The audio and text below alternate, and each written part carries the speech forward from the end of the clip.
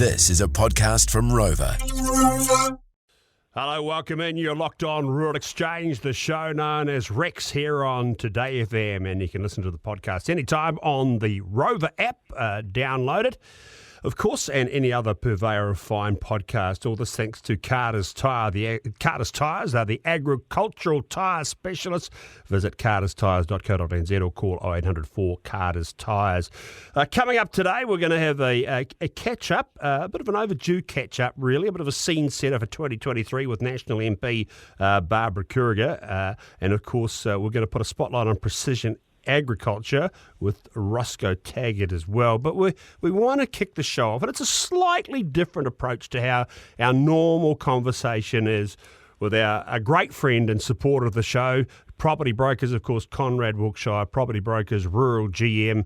And he and I, last week, at a wool shed near Dannevirke, we bought up the 50 in style. And it joins us now to take a look back at the Shear4U charity event. How you going there, Conrad? What an amazing event. Yeah, it was really good. And Rebecca, thank you too for your support, and Rich and everybody coming out. It was great.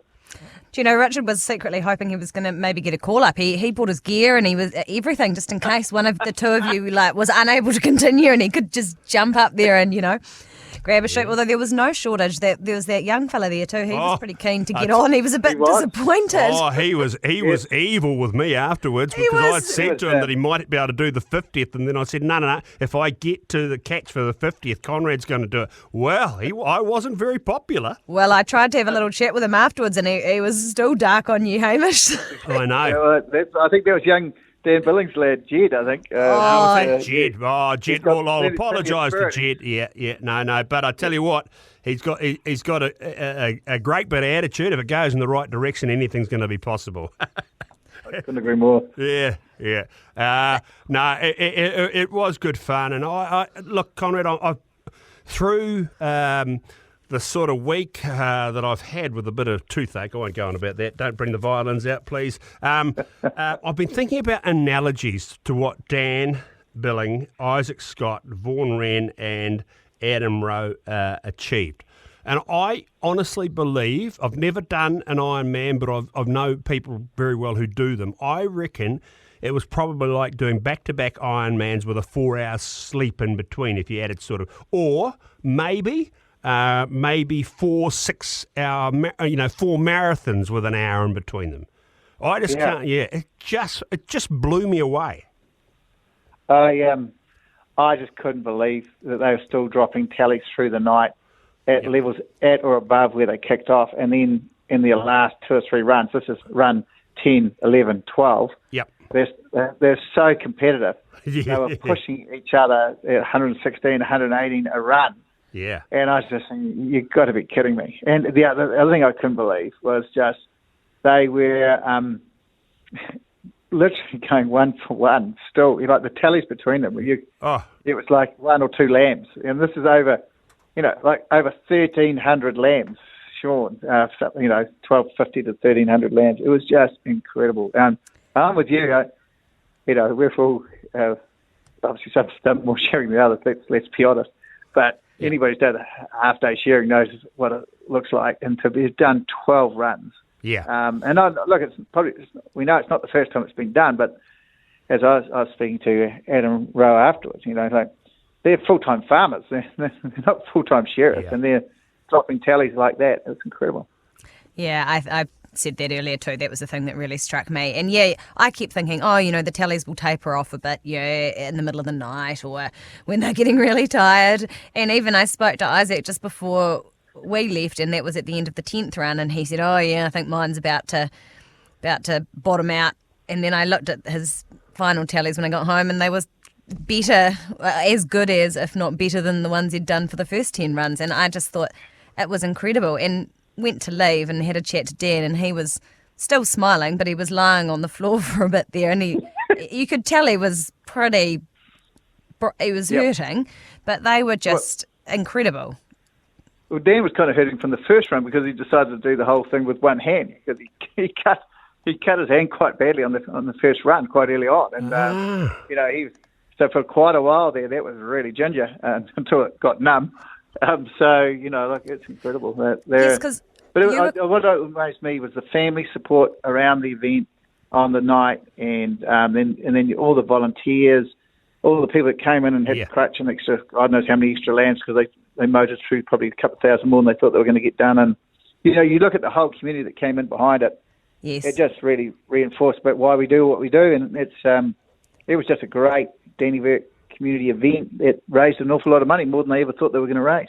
Because you were quite committed, Conrad. You stayed the night before Richard said he was chatting to you, and your son was there as well, which was amazing.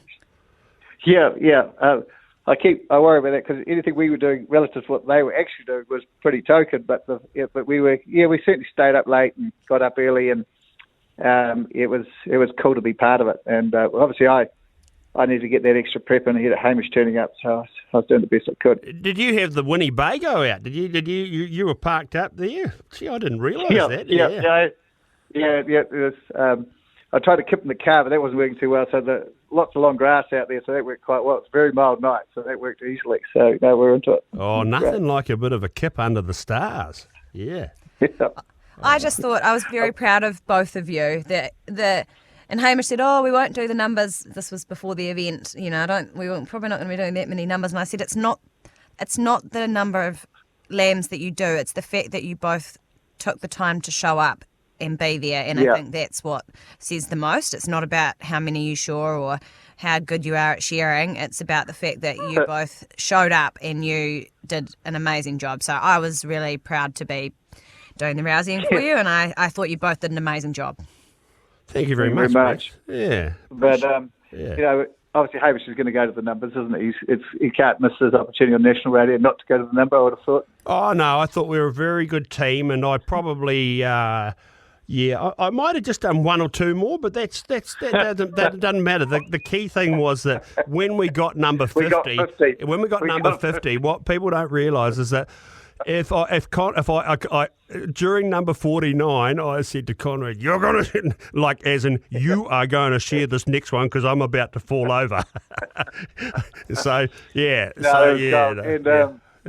And while we, tender ages of 57, think we're obviously images of Men's Health. Earlier that day, or the day before actually, I was out at Tautani where Harrison's just started. And my son, and so anyway, I was out there and they had the 10 stand-bull sheet going, and which was something to behold these days. And they were doing their lamb shearing. And down the end of that stand was a chap who was in his 70s shearing, still doing 300 lambs a day. Wow. So there's always a future for us, Hamish. If radio doesn't work out, and the state doesn't work out. Well, I thought it just could be sort of a supplementary thing, really, just a supplementary income. Go around and find, put your name out there. Spare, need somebody to come and chip 150 out for you, because that's better than not having them done. Hamish has found a new sideline though for you guys. You're going to shear goats. Oh God! Cashmere. We'll see. No, I think we need to pack the goat idea. But I will say the other thing I might have to pack. I've got the Spotify playlist, which is my shearing practice playlist, which has got In Excess and everything going full noise. So I might have to find a home for that. Yeah, I'm not lining up too many Gary Nesto bullsheds at the moment. Yeah, we could, probably. Their playlist was outstanding. I thought it was a really good mix of 70s, 80s. It was great. Bloody good. Yeah. You might need a playlist. Coincide with us. You might need a playlist for the half marathon, Conrad. Did they talk you into that as well, or was it just us, the suckers?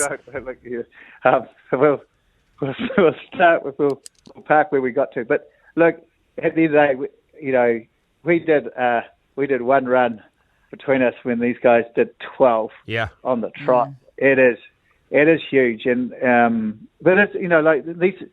And there are events like this that go on around the country, and I think we just need to, not necessarily you and I, Hamish, but the more coverage we get of what's going on around these things, and the more support, and obviously from us speaking to Jane Riley from the Rural Support Trust, and it was just such a great, it's been such a great shot in the arm for them to actually get some support there, and the other charities clearly. So it's.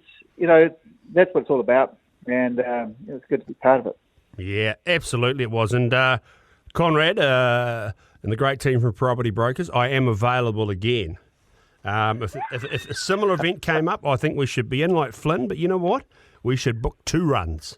Because our system worked quite well.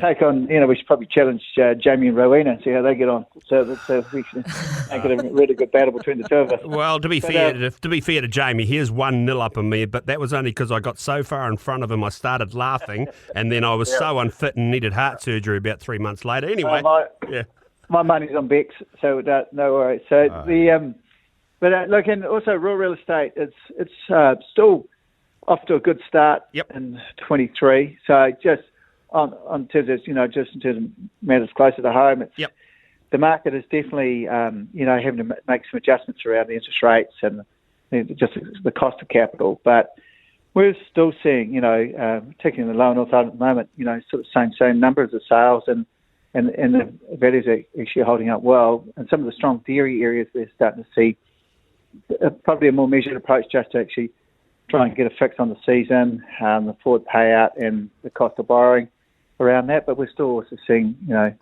some very good properties conclude and confirm heading into Christmas. So look, I think there's plenty of cause for everybody to be looking forward to the autumn, actually figuring out what next year brings, and some of that will be, attitudes to, whether they want to keep farming or whether there's labour constraints there that make, looking at options for a sale part of the plan. But ultimately, the outlook's still very solid, and we are still seeing a lot of buyers coming forward. It's just people are just taking their time and adding a little bit extra to the contract to do some due diligence, which is probably fair enough with everything going on at the moment. Yeah, Conrad, interesting story, and I won't name the property or even it's sort of within 200 kilometres of where you are, 150 of where you're based, but also, and they were hell bent on 20,000 a hectare for a pretty sort of good quality high country farm, but a lot of medium rolling country.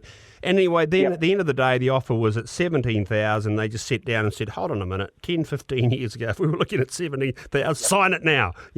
It's like good move. There's some in it for them, and there's still a great result for us.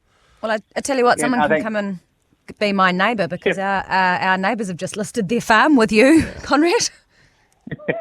That's good to hear. That's great to hear, Rebecca. Yeah. But I think what I'd say is, in any market, there's always willing buyers and there's willing sellers. Yep.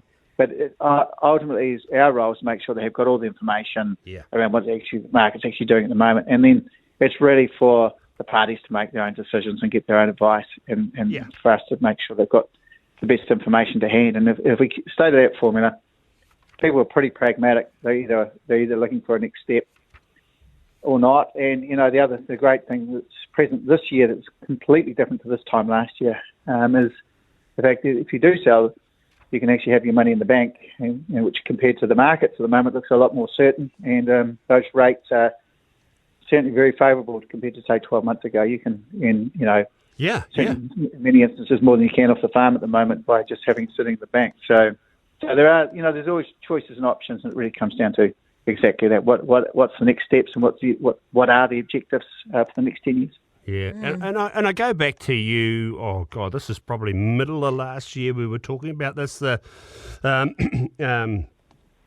terms of making sure that you have everything in place, and it will help your sales so much more. And we talked about all your consents, your bore location, your evidence of land use over a certain period. Just be very clear. You record everything and have it in a presentable, accessible form. That make it a lot easier. Yep. And I think for us, we're having a lot of conversations with a lot of people that might not necessarily be going to market at the moment, but are doing all those things you're talking about. Yep. And that's just setting them up. It's giving them choices. And the word I like to use a lot of time is options. If you've got options in time, it gives you so much more choice, and often allows you to capture value as a vendor. Whereas if you leave everything to the last minute, or you're not quite so sure, you can sort of make quick decisions that sometimes are regretted later. So we're really keen to get alongside people and just keep chatting things through, because we're there for the long term. This season or next, or whatever point in the future, it doesn't really matter too much so long as things are organised and they're getting the best value from the property they've worked so hard for. Conrad, one thing that I took from last weekend at Pukemeadow Station there at Dannevirke is that, like property brokers being there for the long term, farming is going to be the long term backbone of this country. I just absolutely was blown away by the people, the atmosphere, the camaraderie, and I believe in the future of farming without a doubt. And we've had a few discussions over this weekend thinking about some of the practices that happened 30 or 40 years ago and how far we've come and how far we'll come in the next generation when the likes of young Jed might be on the farm, your boy, you know. I actually think it's buddy. I told a couple of people, I said, one thing, Aucklanders love you farmers, and two, I think these are potentially, despite all the crosswinds and headwinds, still pretty exciting times compared to where we've been. Yeah, I think that's I look exactly that. I look at Harrison's opportunity in front of him, and I look at it today compared to, say, my 30-odd years ago. Yeah. And, look, it's there's any amount of options there. Yeah. And I couldn't agree more. And also, to your previous point, if anybody ever doubted the grit and spirit of a New Zealand farmer, we might just want to look up a video clip of these guys on their 12th run, just to remind ourselves that actually these New Zealand farmers have got lots of low gears, and if they have to shut the farm gate for a while to deal with a couple of issues, it's not the first time and it won't be the last.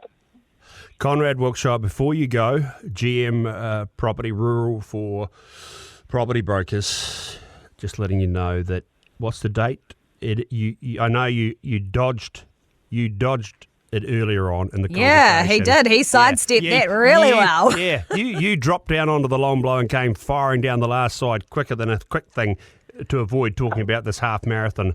But I'm afraid you're in. Now, that's enough on that because, yeah. I didn't know what I was leading. Yeah, right. We'll sort it out. Thanks very much, Conrad Wilkshire there joining us, Property Brokers Rural GM. Coming up next here on Rex, we're going to go to the Forest Lodge Orchard, NZO founder, Mike Casey.